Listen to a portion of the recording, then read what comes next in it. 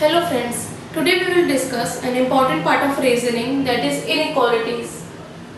Mainly in inequalities, signs are given and statements and conclusion are given, and we have to find whether the conclusion is right or not according to the statement, and these signs are given. So let us first see about these signs. The first one is greater than sign. That means if two digits, numbers, variables, anything, alphabets is given, like for example, if it is given that P is greater than Q, if this sign is present, that means P is greater than Q, that is the value of P is more than the value of Q. Similarly, if this sign is present, this sign means smaller than.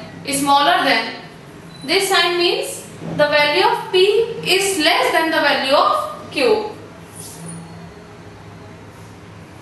P equals to Q. This sign means that both the value of P and the value of P is equals to the value of Q. That means both values are equal. Both values are of the same proportion. Okay.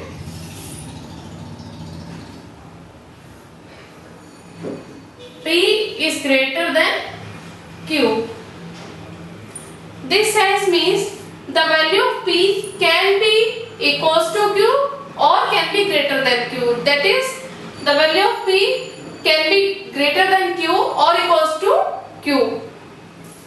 Now, the last one is P is smaller than Q. That means the value of P can be smaller than or can be equal to the value of Q. In these inequalities, mainly two types of question can be given.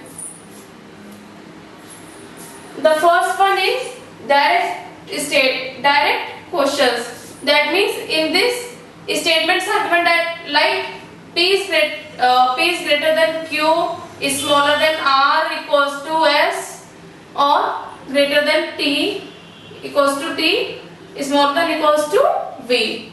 These type of questions can be given and here conclusions are given. So we have to find from this statement that whether the conclusion is correct or not.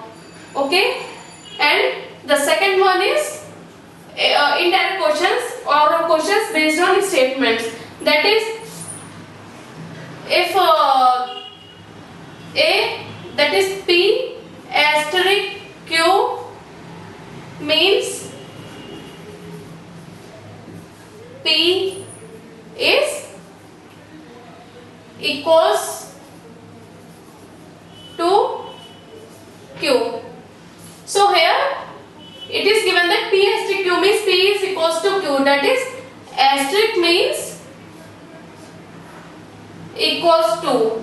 That means if in the statement it is given that A asterisk B, so we will put A equals to B to find the correct solution. Okay.